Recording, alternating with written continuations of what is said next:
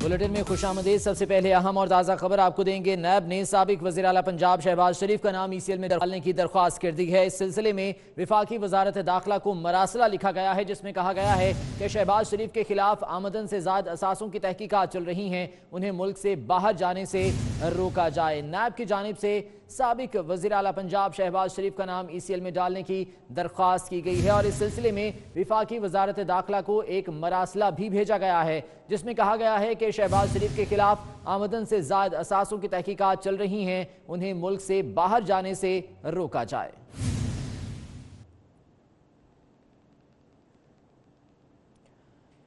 سعودی ولی عہد کے دورہ پاکستان کا مشترکہ اعلامیہ جاری کر دیا گیا ہے۔ اس اعلامیے کے مطابق دونوں ممالک نے دفاع و سلامتی کے شعبے میں تعلقات بڑھانے اور دہشت گردی کے خلاف جدوجہد جاری رکھنے پر اتفاق کیا ہے۔ مشترکہ اعلامیہ سعودی ولی عہد کے دورہ پاکستان کا جاری کر دیا گیا ہے، جس کے مطابق دونوں ممالک نے دفاع و سلامتی کے شعبے میں تعلقات بڑھانے پر اتفاق کیا ہے۔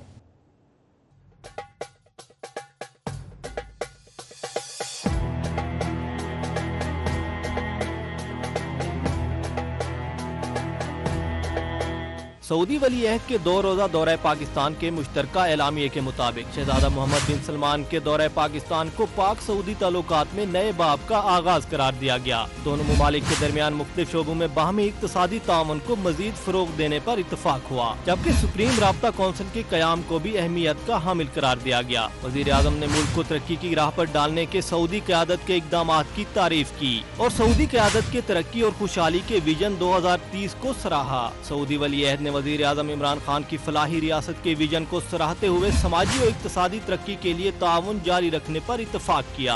سعودی عرب نے اسلامی دنیا میں دہشت گردی اور انتہا پسندی کے خاتمے میں پاکستان کے کردار کی تعریف کی۔ سعودی عرب نے علاقائی امن و سلامتی کے لیے پاکستان کی کوششوں اور قربانیوں کو بھی سراہا۔ سعودی قیادت نے وزیر اعظم کی جانب سے بھارت کو مذاکرات کی پیشکش کو سراہا۔ سعودی عرب نے پاکستان کی جانب سے کرتارپور راہداری کھولنے کے فیصلے کی تعریف کی۔ مشترکہ اعلامیے میں علاقائی امن و استحکام اور 2 طرفہ مسائل کو مذاکرات کے ذریعے حل کرنے پر بھی زور دیا گیا۔ پاکستان اور سعودی عرب نے آزاد فلسطینی ریاست کے قیام کا مطالبہ کرتے ہوئے کہا کہ فلسطین کو 1967 کے معاہدوں کے مطابق آزاد ریاست تسلیم کیا جائے۔ وزیر اعظم نے مقبوضہ کشمیر سے متعلق سعودی قیادت کو بریفنگ دی۔